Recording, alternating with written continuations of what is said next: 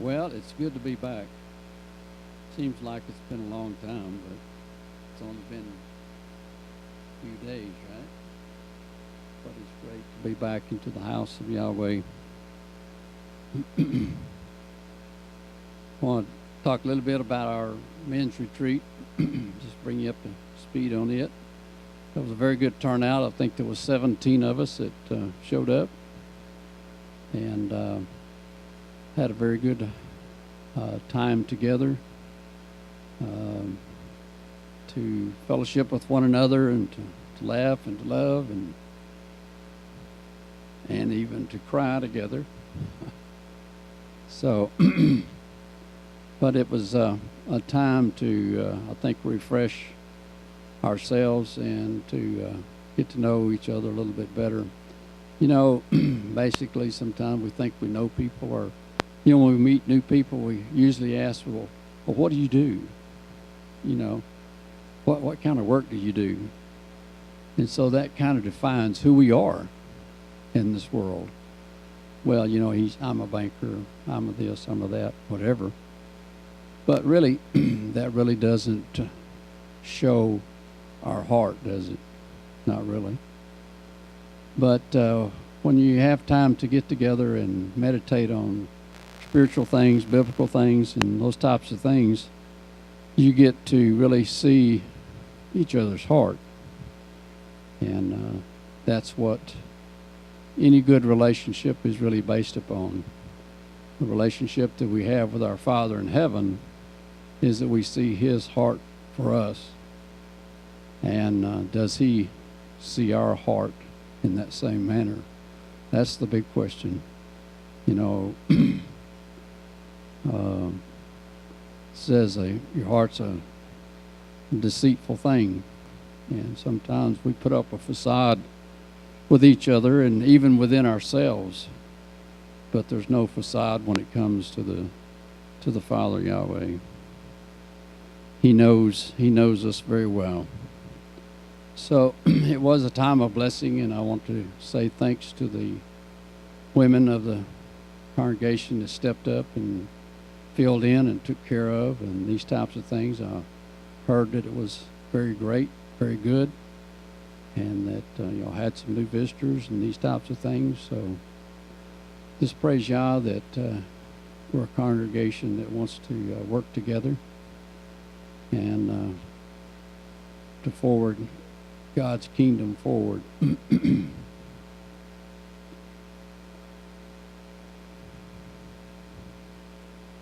This morning's drash is going to be a little bit of this and a little bit of that. You know, when you walking around this world that we live in, and you see so much basically destruction of men's souls going on, and how little that the normal people really realize really is what is happening in this world. We sometimes just go about our business blindly and not really see what's truly transpiring around us. It was interesting. I want to share a little story with you, a couple of little stories. One is, yesterday I was over to Forest Tire. That's where I buy all my tires for all of my equipment and have for many, many years. And so I know them fairly well. You know, there's been somewhat of a change. There's been a kind of the brothers have kind of taken over this part of the business here in Odessa, and even some of their sons are working in it. And this one young man that I've always kind of talked to when I went in there. So I took a trailer tire. I bought a brand new trailer about 2 or 3 weeks ago, and been working on it, getting it ready to use. And so we started using it, and one of the tires developed a big old bubble on it, brand new. So, you know, it's a really odd name tire, so I figured, well, probably not going to be able to find an adjustment on that. But I took it over to Force and took it in there, and young man that I usually deal with, he was on the phone. So this other guy stepped forward and asked me what I needed. So I took him out, showed him the tire, and he looked at it and he said, well, that's not our brand. He said, I never even heard of that brand. You know, all these tires are being made in China nowadays. And so I said, well, just go ahead and put me a new tire on it. And he said, well, are you going to wait on it? Or are you going to leave it? I said, well, I'll probably just wait on it. I said, how long do you think it might take? He said, well, really backed up, probably take at least an hour. I said, okay, I think I'll just wait on it. So I walked in, went in and walked in, and by then, the young man was standing there, and he said, hey, are they getting taken care of? And I said, yeah. So I talked to him a little bit about the tire. So we just kind of stood there at the counter talking, and before we know it, there was things being said that led to a conversation about God. And in fact, we had just said a few things, and he was had actually quoted something that was in the paper. And he finally asked me, he says, was that you in the paper Saturday, a week or so ago? And I said, yeah. He said, well, I wondered. He said, I kept looking at that picture. I said, I know that guy, I know that guy. And he said, of course, you didn't have your hat on. Always wear a hat. So we began to talk about the world in general and things that are going on. And he was talking about looking at, him and his wife was looking at all these new shows that are coming on this season. He said, you know, it's all smut. He said, we looked at each other and said, we ain't going to watch none of that stuff. And so we discussed that a little bit. And so he began to ask me questions about some of the things that was in the paper. He said, you know, he said something about in there about 30,000 different denominations, that God really didn't want that. And I said, yeah, that's true. He said, you know, I've never heard of that. Never thought about that. And so he was trying to kind of find out who we were and what I was and so on and so forth. And so I told him, I said, you know, we've gone back to the roots of the Bible, and we read the Bible, Old Testament, New Testament together. And I said, we find that in religion, in Christianity today, is that we've added things, traditions into Christianity. And he was, well, like what, you know? So, of course, inevitably it comes up, Christmas, Easter, and, you know, all these different types of things. And I began to, because he was started talking about, wasn't this week, because what's the Catholics have the week before? I remember what they call it, but it's so many days of Mary up until Christmas and so on and so forth. And Advent, that's right, you're right. And so I said, yeah. I said, you know, that's a lot of traditions, not in the scriptures. He said, well, isn't the birth of Jesus in the scriptures? He said, we just read in our Bible this last Sunday. I said, yeah, it's there. I said, but December the 25th is not his birthday. And I said, you know, the things like the Christmas tree and the holly and all of the Yuletide and the Santa Claus and St. Nick and all these, I said, all of that is from pagan origin. And it was like I'd hit him. And he's going like, well, don't you believe in the birth? I said, most definitely. I believe that Jesus is and was the Messiah. No doubt about it. I said, but he wasn't born December the 25th. Well, when was he born? So I told him, I said, well, it's during the Feast of Tabernacles. So this opened up a whole other discussion. And all this time, the man that had waited on me was right next working on the computer. And he was listening, but I could tell he wasn't accepting. This young man was soaking it in. And so we talked for probably 15 minutes. And this guy here was fidgeting. So next thing I know, he says, hey, well, I got you ready here. We got your tire all fixed right here. Says, you'll sign right here. Says, you're going to put that on your company? I said, yeah. And I said, man, that was the quickest hour I ever seen. So you see that Yahweh opens the way, but Satan's always standing there trying to thwart. God's work. And I thought, well, what a thing. I finally asked him his name. He said, my name is Jacob. I said, man, that's a powerful name. Jacob. I said, that was the father of the 12 tribes. He said, really? And I'm going like, wow.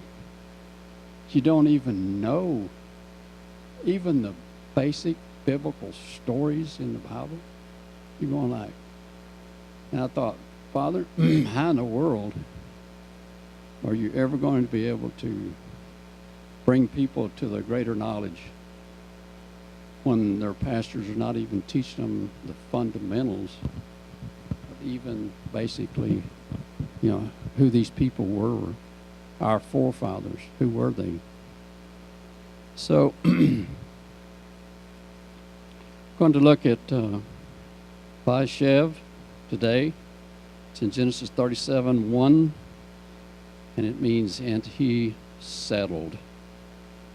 And I just thought I'd throw this in the bottom there just to kind of tickle your mind a little bit and maybe take a look at. It says, are we predestinated? Are we predestined? That's always sometimes a heated subject when you talk to a lot of different people. Interesting enough, there's only about 2 references in the Bible on that word. And yet it's become a big thing among a lot of different people. And that's some of the thing that also this week I talked to Bob Campbell called me. He's the man that wrote the article in the paper. He called me and I told him that, I thought he did a good job and thanked him for it. And he said, well, I'm working on an article. Said, I'd like to ask you some questions. And of course, he asked different pastors and things, different questions to fill up these articles. And this one was about, do you think that God intervenes or has a hand in our lives today? And I said, most definitely. I said, there is so much evidence in our lives that God has either placed people in our lives, placed us in circumstances, or brought us to a point where that we had to make a decision. I said, all of that is God's time and appointments. And I said, there is no such thing as coincidence as far as the Scripture is concerned. And he's kind of sitting back just a little bit. And I said, there's nothing that happens by happen chance. There's always a reason and a purpose. He said, well, do you think that also has to do with people that are disobedient or not following God? And I said, most definitely. In fact, maybe even more, because God doesn't want anyone to be lost. And so he brings situations about in your life to bring you to a point where that you either see what you're doing is wrong or put you in a place where you have to make a decision one way or the other. So I kind of look forward to seeing the article because I'm, like I say, he'll quote 3 or 4 different pastors when he puts it together. So it kind of got me thinking when I read this story, and we're just going to look at part of the Torah portion, and the part basically about Judah and Tamar. This is Genesis 38:1. And I know that all of you probably read it, and so I'm going to read it just to set the stage. I'm going to read probably off there because some of my deals didn't print out correctly. It says, and it came to pass that time that Judah went down from his brother and turned into a certain Adullamite, whose name was Hira. And Judah saw there a daughter of the certain Canaanite, whose name was Shua. And he took her, went into her, and she conceived, bare a son. He called his name She conceived again and bare a son, and she called his name Onan. And she yet again conceived and bare a son, and called his name Shelah. And he was at Shevet, when she bare him. And Judah took a wife for his firstborn, whose name was Tamar. And Judah's firstborn, was wicked in the sight of Yahweh, and Yahweh slew him. Wow. Pretty swift and complete judgment. You know, that was one of the things, that I said in my article, because I've heard it so much, particularly in Christianity churches, that, that only grace come with Jesus. Only happened in John 1, that there was no grace because the God of the Old Testament was a vengeful God, and he killed people, and he punished them. Well, we know that God is the same God of the Old Testament as he is of the New Testament. We still see judgment, and we're going to see more judgment. And Judah said unto Onan, Go into thy brother's wife, and marry her, and raise up seed to thy brother. And Onan knew that the seed should not be his, and it came to pass, when he went into his brother's wife, that he spilled it on the ground, lest that he should give seed to his brother. And the thing which he did displeased Yahweh, wherefore he slew him also. Then said Judah to Tamar his daughter-in-law, Remain a widow at thy father's house until Shelah my son be grown, for he said, lest peradventure he die also, as his brethren did. And Tamar went and dwelt in her father's house. In the process of time, the daughter of Shelah, Judah's wife, died, and Judah was comforted and went up into his sheep shearers to Timnah, he and his friend Hiram the Adulamite. And it was told Tamar, saying, Behold, thy father-in-law goes up to Timnah to shear his sheep. And she put her widow's garments off from her, and covered her with a veil, and wrapped herself, and sat in an open place, which is by the way to Timnah. For she saw that Shelah was grown, and she was not given unto him to wife. And when Judah saw her, he thought her to be a harlot, because she had covered her face. And he turned unto her by the way, and said, Go to, I pray thee, let me come into thee. For he knew not that she was his daughter-in-law. And she said, What wilt thou give me, that thou may come in unto me? And he said, I will send thee a kid from the flock. And she said, Wilt thou give me a pledge till thou send it? And he said, What pledge should I give you? And she said, That signet in that bracelet, and your staff that is in thine hand. And he gave it to her, and came in unto her, and she conceived by him. And she arose and went away, and laid by her veil from her, and put on the garments of her widowhood. And Judah sent the kid by the hand of his friend the Adulamite to receive his pledge from the woman's hand, but he found her not. Then he asked the men of that place, saying, Where is that harlot that was openly by the wayside? And they said, There was no harlot in this place. And Judah said, Let her take it to herself, lest we be shamed.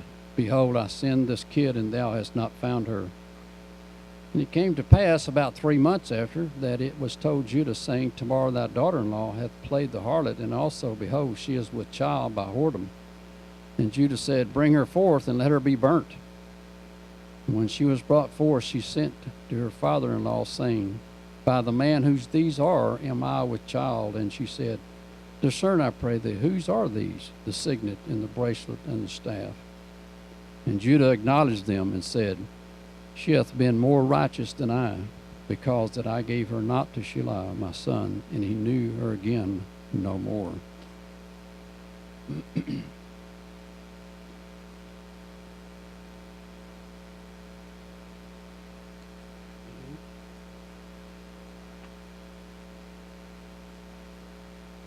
And it came to pass in the time of her travail that, behold, twins were in her womb. And it came to pass when she travailed that the one put out his hand, and the midwife took and bound upon his hand a scarlet thread, saying, This came out first. It came to pass, as he drew back his hand, that, behold, his brother came out, and she said, How hast thou broken forth? This breach be upon thee. Therefore his name was called Pharza. And afterwards came out his brother, that had the scarlet thread upon his hand, and his name was called Zerah.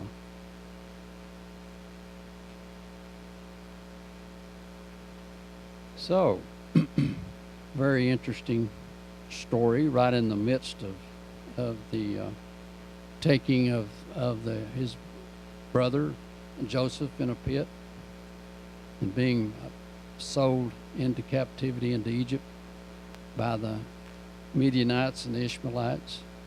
Here we see this story interposed right in the middle of it, and we're going like, wow, it's kind of strange. But as a result of all of this, what we see here is the lineage of the Messiah, because of this particular union. So you see Terah, the father of Abraham, and how that through the offspring of Abraham and Sarah come Isaac and then Jacob, and then Judah, and through Judah Tamar, the three sons there. But then you see through Perez, you see King David, and through King David you see the Messiah. So we're saying like, well, was this a predestination, or was this a happen chance, or was this a plan of Jehovah all along? Or did Judah make the choices himself? In the next one, we also see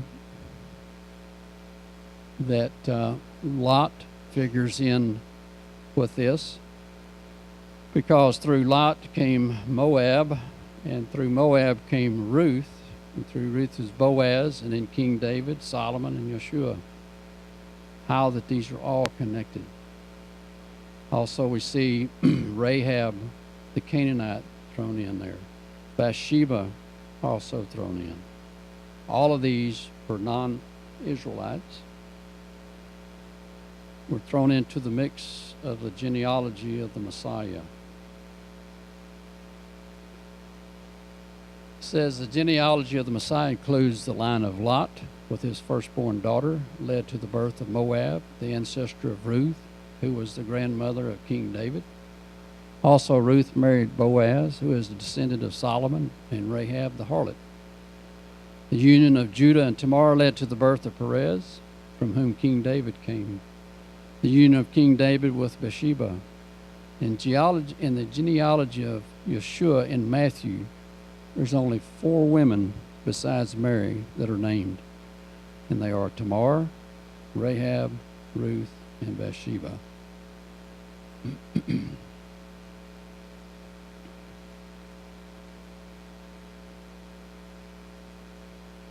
So, question is, in the story of Judah and Tamar, does it represent the axiom that God creates the cure before the plague? Or was it predestination? Or was it happen chance? Or was it a result of his choices?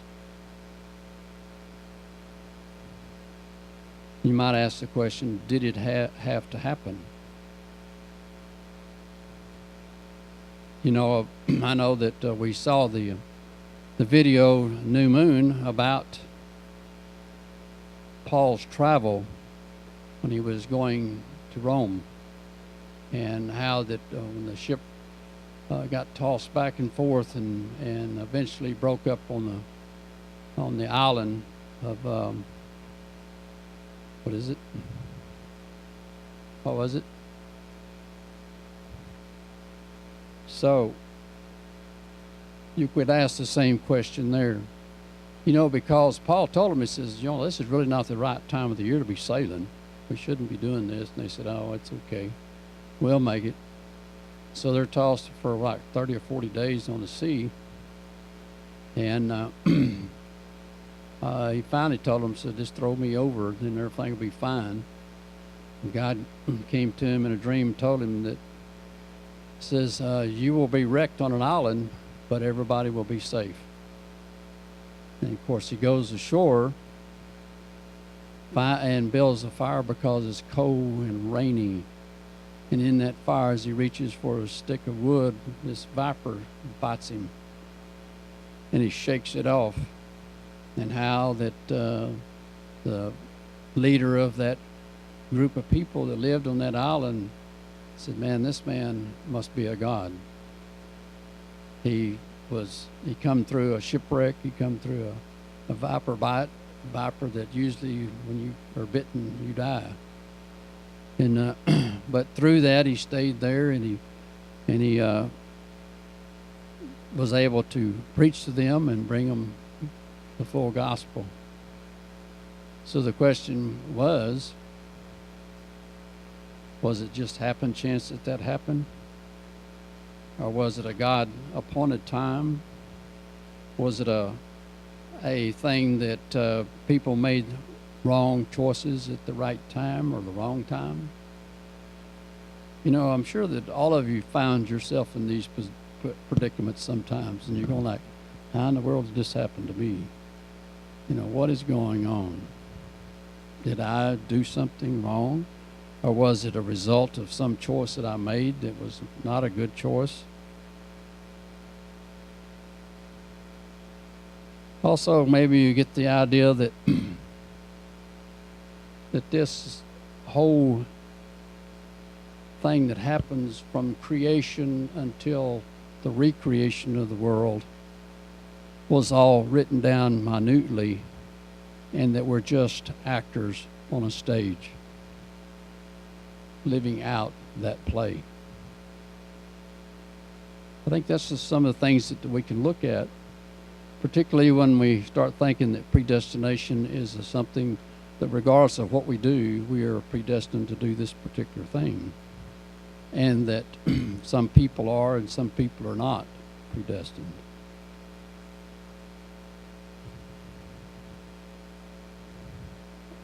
Are we just actors? You know, when you look up the word actor to get a definition, one of the definitions is hypocrite. You say one thing and do something else. And that's basically the great definition of an actor. When you watch an actor on a movie portraying somebody else that he's not, in real life in particular. So, are we acting on impulse, or are we on a rail train that we can't get off, or do we have choices in this matter? So these are some of the things I wanted to look at. This is yes.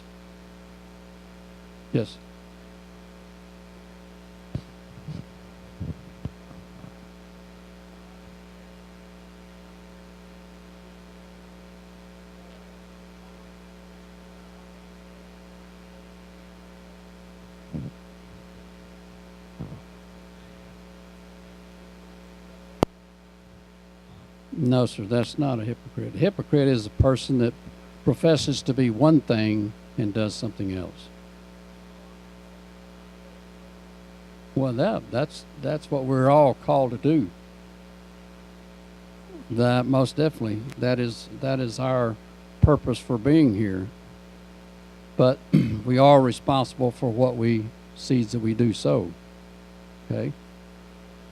All right, we're going to look at Ephesians 1:5-11. It says, having predestinated us unto the adoption of children by the Yeshua, the Messiah, to himself, according to the good pleasure of his will, to the praise of the honor of his grace, wherein he hath made us accepted in the beloved, in whom we have redemption through his blood, the forgiveness of sins, according to the riches of his grace, wherein he hath abounded toward us in all wisdom and prudence, having made known unto us the mystery of his will, according to his good pleasure which he hath purposed in himself, that in the administration of the fullness of times he might gather together in one all things in the Messiah, both which are in heaven and which are on earth, even in him, in whom also we have obtained an inheritance, being predestinated according to the purpose of him who works all things after the counsel of his own will. So what do we get out of this? What do we see in this? Oh well, I'm predestined to be saved, so I don't really have to worry about it. He's chosen me and chosen us, and so on and so forth. No, he says that we are predestined to be adopted as children into the Messiah. Says in whom we have redemption through his blood and forgiveness of sin according to the riches of his grace. So is that some automatic thing? Is that something that's already written down someplace? That we're already adopted? Or is it a choice? Do we have to do anything? Do we have to make a choice? Do we have to believe? Or are we just adopted in and predestined? Romans 8:29, for whom he did foreknew, he also did predestinate to be conformed to the image of his Son, that he might be firstborn among many brethren. Moreover, whom he did predestinate, them he also called, and whom he called, them he also justified, and whom he justified, them he also honored. What shall we then say to these things? If Elohim be for us, who can be against us? I have sworn by myself, the word is gone out of my mouth in righteousness and shall not return, that unto me every knee shall bow, every tongue shall swear. For it is written, as I live, saith Yahweh, every knee shall bow to me, and every tongue shall confess to Elohim. So then every one of us shall give account of himself to Elohim. So it looks to me like he's offering this redemption. He's offering this destiny that we can be conformed to the image of his Son. He's given us the opportunity to do that, to make that choice in our life. It says, for it is written, as I live, saith Yahweh, every knee shall bow to me, and every tongue shall confess to Elohim. So then every one of us shall give account of himself to Elohim. So there is coming a day of reckoning, right? So that shows to me if there's a day of a judgment coming, then it depends on the choices that you've made. The choices of walking in obedience, or the choice of doing your own thing, being your own God. He says that every knee shall bow to me, and that saith Yahweh, that's God of hosts, the Father. Every knee shall bow to me, and every tongue shall confess to him. So, if you look at it this is already written out and already taken care of, why then it would seem that all would be, if it says, if every knee shall bow to me, this is a predetermined situation, seems like. But if it was, then we would not have free choice. We would not be free agents. It would be that everybody that's ever lived on this earth will be saved in the end. It says, even though that they confess and bow their knee, doesn't mean that they're going to make the right decision and choices to follow him.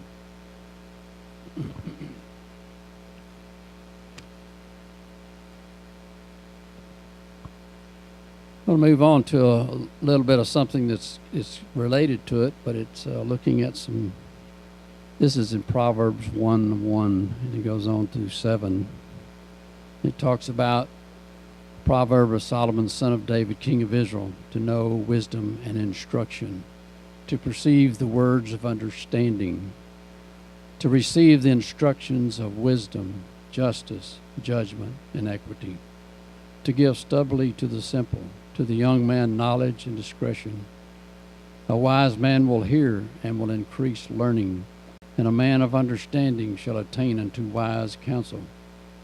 To understand a proverb and the interpretation, the words of the wise and the dark sayings. The fear of Yahweh is the beginning of knowledge, but fools despise wisdom and instructions.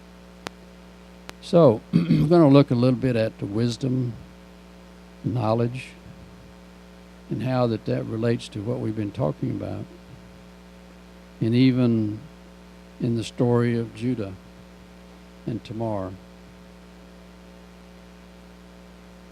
Was he really walking in wisdom and knowledge? Was he receiving the instructions of wisdom and justice and judgment and equity? Because really that's what the story is about, really. Because in the end he found that he wasn't doing those things and he wasn't righteous, that Tamar was the righteous one because she was abiding by the law. I'm going to read several passages. It's Hosea 4:1 says, "Hear the word of Yahweh, you children of Israel. For Yahweh hath a controversy with the inhabitants of the land, because there is no truth, nor mercy, nor knowledge of Elohim in the land." This came home to me quite strongly as I talked to this young man, because he had no knowledge of God. He had no knowledge of the truth, even though he'd been raised in the church. So he says, Yahweh has a controversy with the inhabitants of the earth, because there is no truth, nor mercy, nor knowledge of Elohim in the land. By swearing and lying and killing and stealing and committing adultery, they break out and blood touches blood. Therefore shall the land mourn, and every one that dwells therein shall languish, with the beasts of the field, with the fowls of heaven, yea, the fishes of the sea also shall be taken away. What do we see going on around us? One of the largest, hugest fire that's hit California, and just devastating everything, burning people's houses just in a blink of an eye.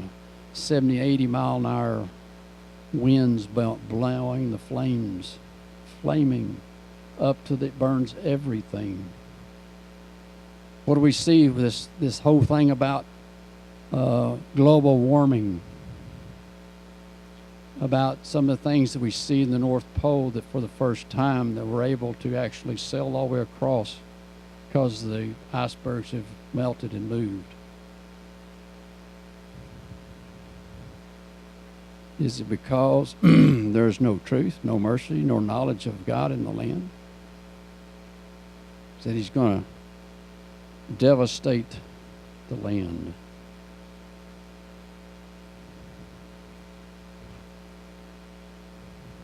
Says, yet let no man strive nor reprove another, for thy people are as they strive with the priest. Therefore shalt thou fall in the day, and the prophet also shall fall with thee in the night, and I will destroy thy mother. My people are destroyed for lack of knowledge. Because thou hast rejected knowledge, I will also reject you. That thou shalt be no priest to me, seeing that thou hast forgotten the law of thy Elohim, I will also forget your children. These are some pretty stout words, aren't they? This is the prophet Hosea to Israel.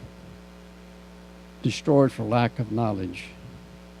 You know, we kind of get a hard rap. Well, y'all are just all about knowledge. You want head knowledge, you want head knowledge. Well, if you seek after knowledge and add wisdom to it, then the rest of the Beatitudes will follow. You will see the love of the Maker.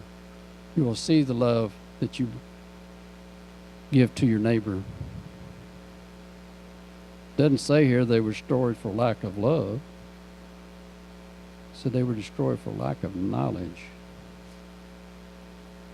Because it's like I was talking to this man here, he'd never heard of such a thing. How could he ever know any thing if he's not taught, if he's not given the information. This is Isaiah 5. Now will I sing to my well-beloved a song of my beloved touching his vineyard.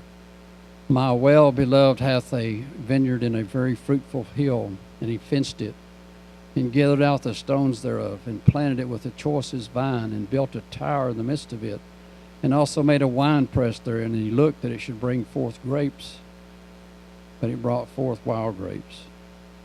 And now, inhabitants of Jerusalem and men of Judah, judge, I pray you, between me and my vineyard. What could I have been done more to my vineyard than I have not done? Wherefore, when I looked that it should bring forth grapes, brought it forth wild grapes. And now go to, I will tell you what I will do to my vineyard. I will take away the hedge thereof. And it shall be eaten up, and break down the wall thereof, and it shall be trodden down, and I shall lay it waste. It shall not be pruned nor digged, but there shall come up briars and thorns, and I'll also command the clouds that they rain no more upon it. Take away the hedge thereof. Are we possibly at that point in our own country? Has God taken away his hedge of protection?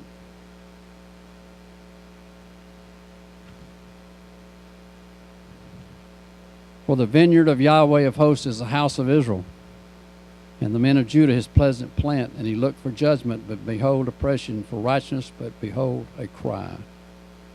Therefore my people are gone into captivity, because they have no knowledge.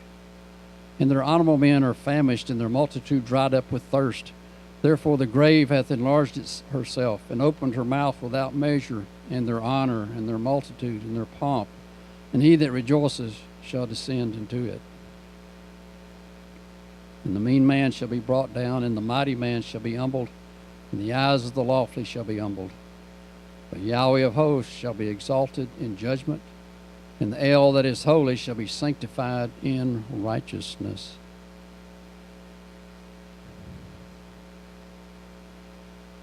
Because they have no knowledge, they went into captivity. Are we in captivity? Or are we like the sons during Yeshua's time? We be not in slaves. We be not in captive. We not be bastards.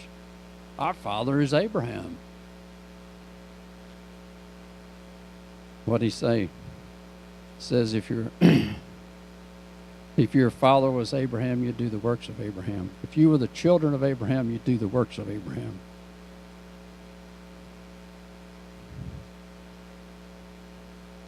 This comes out of James 1.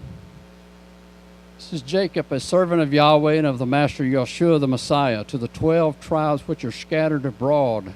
Greetings. Who's the 12 tribes scattered abroad? That's all of Israel, isn't it? Isn't that all of us also? Are we scattered abroad? Are we part of Israel? My brethren, count it all joy when you fall into divers temptations, knowing this, that the trying of your faith works patience. Well, let patience have her perfect work, that you may be perfect and entire, wanting nothing. If any of you lack wisdom, let him ask of Elohim, that giveth to all men liberally, and oppose not, and it shall be given him. But let him ask in faith, nothing wavering. For he that wavers is like a wave of the sea, driven with the wind and tossed. For let not that man think that he shall receive anything of the sovereign. If we're wishy-washy, if we change our mind or whatever, when we set our course, be sure it's set in the right direction. James goes on and says, blessed is the man that endures temptation. You know, this reminds me of what I saw in the news. Said that the Pope was going to change the Our Father prayer. I don't know if y'all saw that. Did you see that? Isn't that crazy? Because he says, where it says, lead us not into temptation, he says, God doesn't lead you into temptation, so why is it in the prayer? Yet it's throughout the scriptures. He puts you in positions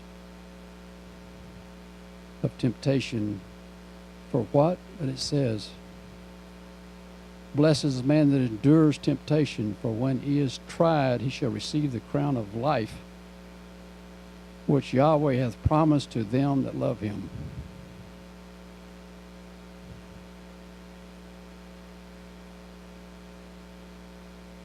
Testing. Right. Because, in the one that we use here, it says, don't lead us into the hands of testing. That's what it says. He says, well, God doesn't lead you into the hands of testing. So we're going to strike that, change it. I'm going like, wow. And nobody says anything. He says, well, we changed the Sabbath from the seventh day to the first, and nobody really said anything, and they're all going right along with us, so we can kind of change anything we want, It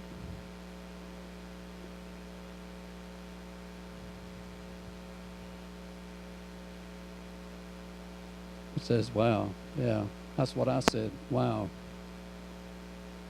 But any other type of those types of things, it's usually followed by a whole bunch of comments that just are terrible, are all over the people. This is nothing, this is, okay, Father. It says, let no man say when he is tempted, I am tempted of Yahweh, for Elohim cannot be tempted with evil, neither tempts he any man. Okay? But he puts you in trials and tribulations. Okay? But every man is tempted when he is drawn away of his own lust and enticed. But he lets you into those provisions and places for you to not only to endure, but to gain the victory over those things. It says, then when lust hath conceived, it brings forth sin, and sin, when it is finished, brings forth death. Do not err, my beloved brethren. Every good gift and every perfect gift is from above, and comes down from the Father of lights, with whom is no variableness, neither shadow of turning.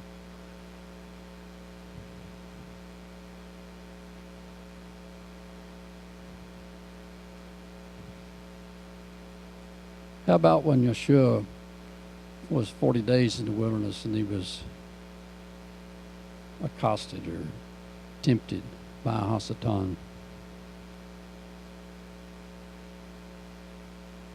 God allowed that, didn't he?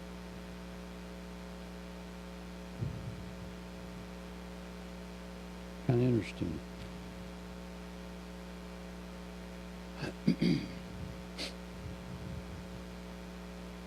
Getting along towards the end, there's a couple of things I want to share with you. It says worldly wisdom is grounded in knowledge. But we really don't have a perspective to interpret our knowledge. So as with most things in a relationship-based covenant, it all returns to our willingness to walk in intimacy with Jehovah. If we depend upon our wisdom without the backing of God's scriptures, then we have none. It all returns to our willingness to walk in intimacy with Jehovah. It's because walking in wisdom is walking in faith. There is an element of mystery. We simply don't have a formula for making a right decision apart from our ability to hear Jehovah.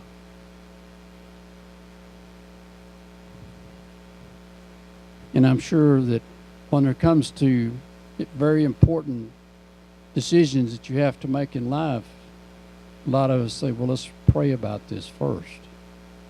Let's ask God to show us what we should do. Or do we just say, well, I know what to do. I'm smart enough to know that. I don't need anybody telling me. or helping me.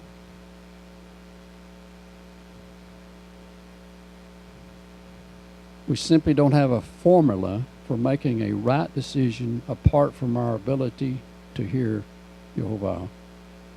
We can, however, spot the difference between worldly wisdom and the wisdom of Jehovah. James 3:15 gives us a list. This wisdom is not that which comes down from above, but is earthly, natural, demonic. For where jealousy and selfish ambition exist, there is disorder in every evil thing. But the wisdom from above is first pure, then peaceable, gentle, reasonable, full of mercy, good fruits, unwavering, without hypocrisy.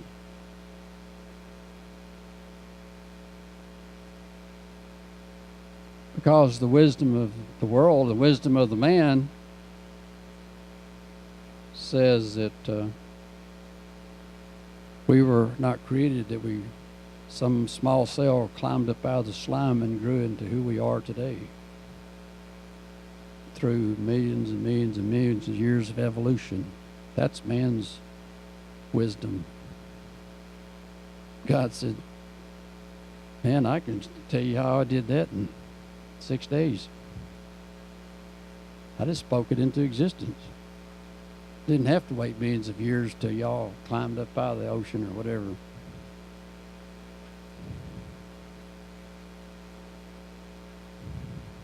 Human wisdom is never devoid of personal gain. Human wisdom is never devoid of personal gain. That is our default perspective. Wisdom from above is pure, unmixed. It is peaceful to facilitate drawing close to each other, gentle, sympathetic, reasonable, simple to comprehend. Because he says it's so simple that a child could understand it. But we want to make it complicated.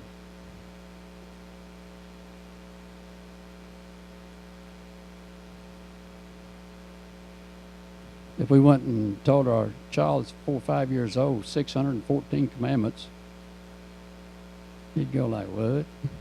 What?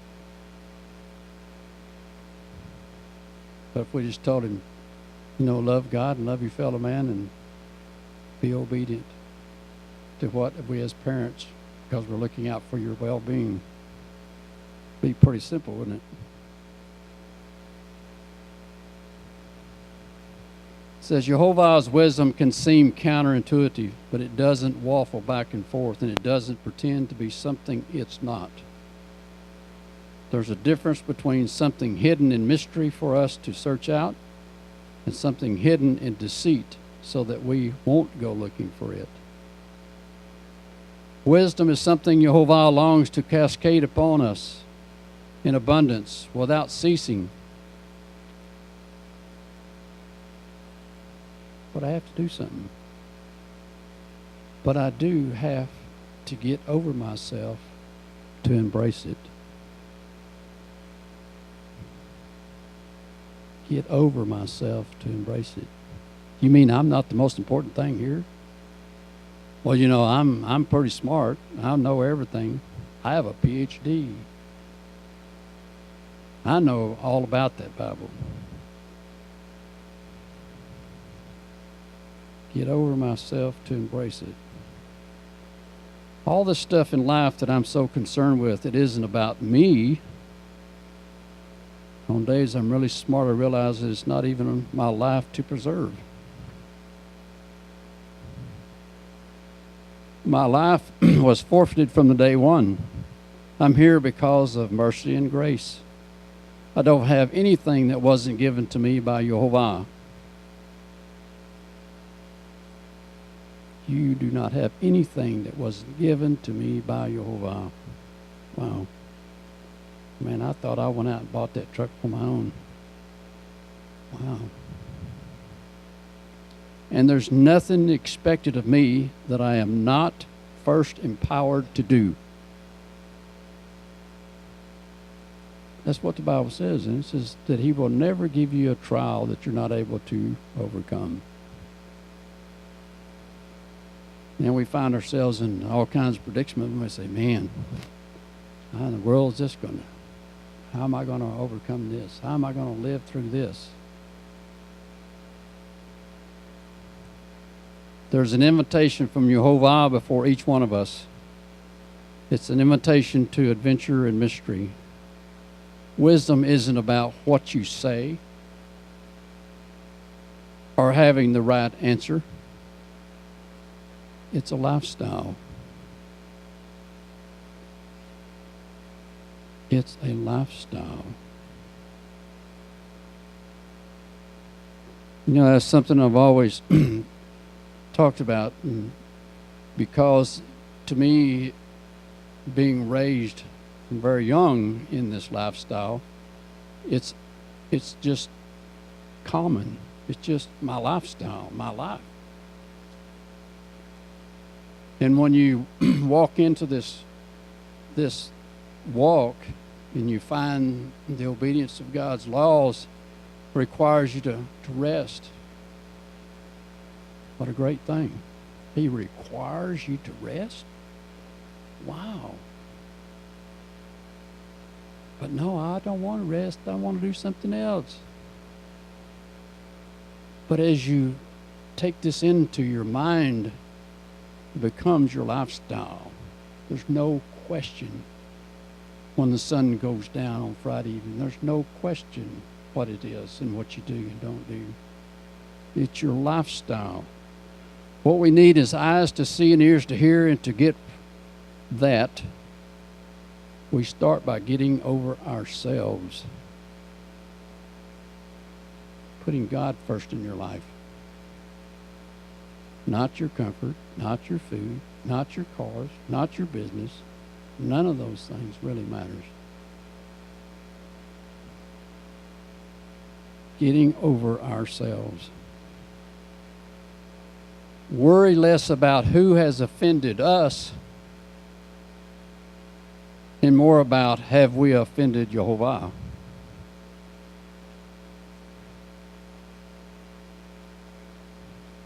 You know, we can go around and bemoan, well, so-and-so said so-and-so about me. Or, did you hear what they did to me? Did you hear what he said about me?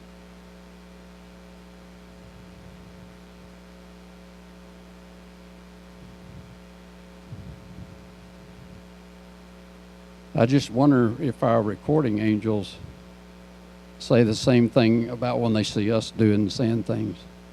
Did you hear what he said about Jehovah? Did you hear what he did? Wow. You need to worry about offending God. We don't walk in his pathways and follow his commands. We are offending him.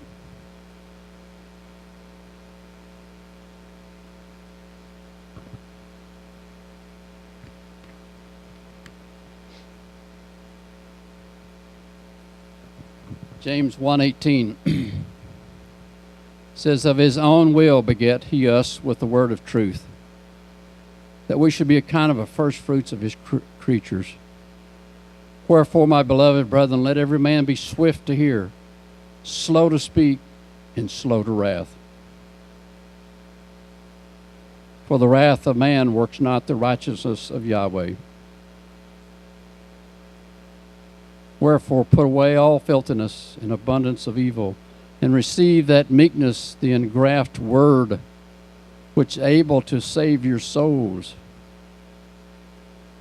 But be ye doers of the word, and not hearers only, deceiving your own selves. Swift to hear, slow to speak, slow to wrath. What a novel concept.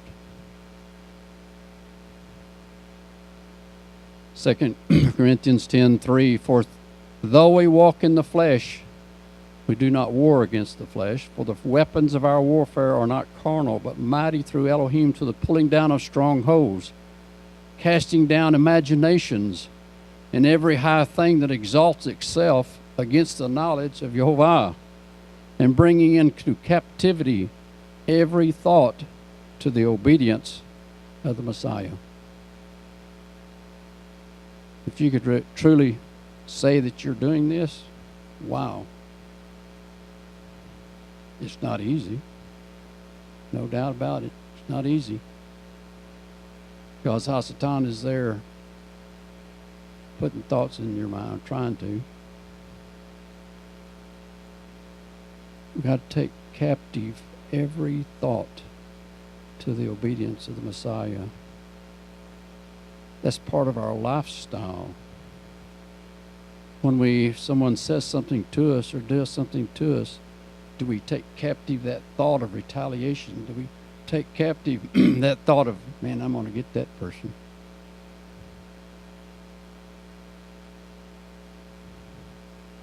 When that thought comes of lust or whatever it might be, are we taking captive that thought and says, When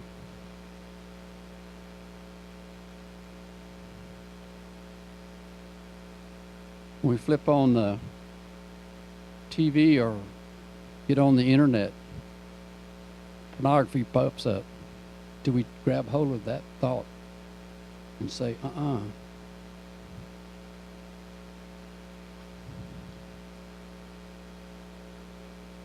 James 1:23 says, "For if any be a hearer of the word and not a doer, he is likened to a man beholding his natural face in a glass. For he beholds himself and goes away, and straightway forgets what manner of man he was. But whoever so looks into the perfect law of liberty and continues therein, he being not a forgetful hearer, but a doer of the work, this man shall be blessed in his deeds."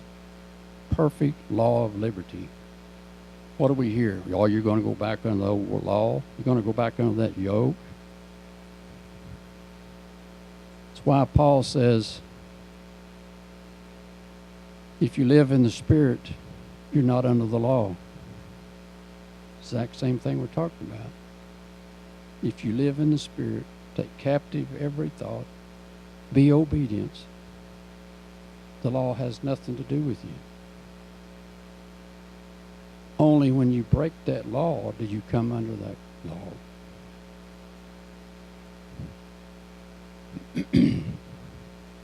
If any man among you seem to be religious, and bridles not his tongue, but deceives his own heart, this man's religion is vain.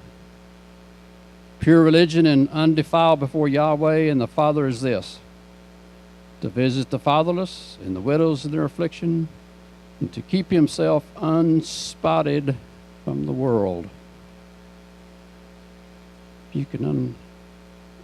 you can accomplish that, just those two little things there, visiting the fatherless and the widows, and keep yourself unspotted. We think, well, man, that's kind of hard to do. But what was the criteria in the sanctuary and temple service about sacrificing a lamb? Could it be just any lamb? No. It had to be unspotted, had no deformities, perfect in all things. That's why that Yeshua is that perfect lamb. But he also calls us to sacrifice our lives daily. How can we do that if we're spotted by the world? Will he accept a deformed sacrifice?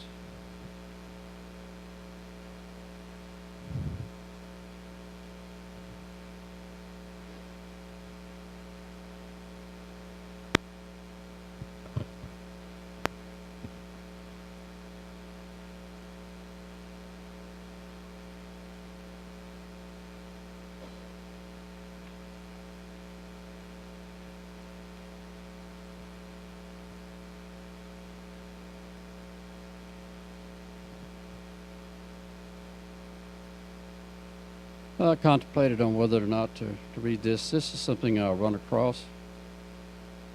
This is by a Messianic teacher. I think he's actually a PhD doctor or whatever.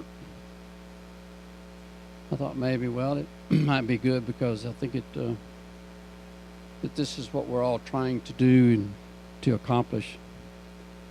It says, in any given day, it seems, I encounter people from many different walks of life who are struggling with problems. These problems stem from so many sources in this broken world, including but not limited to illness, economic difficulties, relational hurts and impasses, and even the results of prior poor choices, as well as decisions and patterns of choosing and living. I have encountered my own litany of difficulties in my own life, from the merely frustrating to the truly soul-shaking challenges that inevitably rise. People say that they sense a peace and a calm joy in me that too often engenders a statement such as, it must be nice for you to have a life without real problems. Or at times, more appropriately, encountering my own litany of difficulties in my own life, from the merely frustrating to the truly soul-shaking. What is your secret to staying so positive, being able to brighten up the rest of us every day, even when I know that you have your own issues to deal with?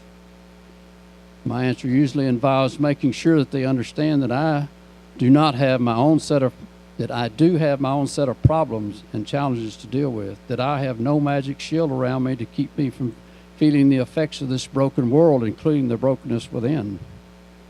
But I am learning to be more honest about letting people know the source of the peace that I am able to carry inside. To the degree I have been able to do that, this peace truly involves choosing to learn and practice living by faith.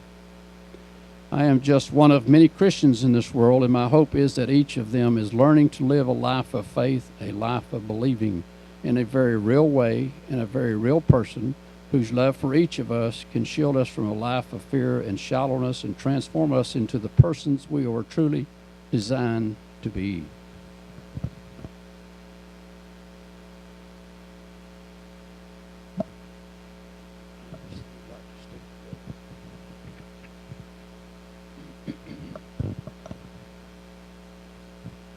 Of course, we still have hurt and loss and pain and fear, but these things no longer own us. We are still in this very broken world, but we are no longer simply of this world. And even as we long for and believe in the coming ultimate divine restoration of this tragic world, we, by the faith gift of choice, choosing who we will serve. Choose you this day. Can begin even now to live lives that transcend our pain and loss and fear, as we learn to trust in the love and ultimate total goodness of the Father, the Son, and the Holy Spirit, who will never leave us or forsake us, and whose love for us covers a multitude of sins. We will undergo a transformation that will allow us to pass on that supernatural love and forgiveness to our fellow strugglers. The blunt truth is, only the love and forgiveness of heaven can see us through the darkest times in life, can truly see us through anything and everything. The life and death and resurrection of God's only Son are the gifts of victory He longs to share with us. The supernatural gifts He wants desperately to pour out to you and to me. His priceless gifts are meant to set you free. Free to live the life that you were designed to live, becoming more and more like the amazing, brilliant, beautiful one in whose image you were made.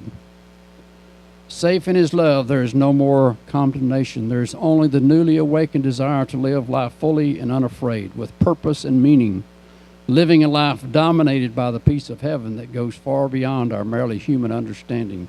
We are no longer held captive by our enemy's fundamental and tragically evil flaw, the obsession with self.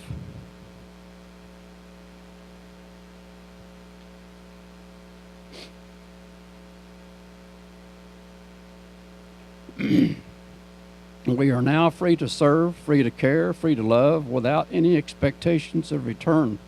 But knowing that this inspired life of love is the only thing that can change us, the only thing that will ultimately change hearts and finally change the world. Says, God bless you as you fight the good fight of faith, to believe in the saving, transforming power of God's love in and then through us. Ricky Lee Jackson. Shabbat Shalom.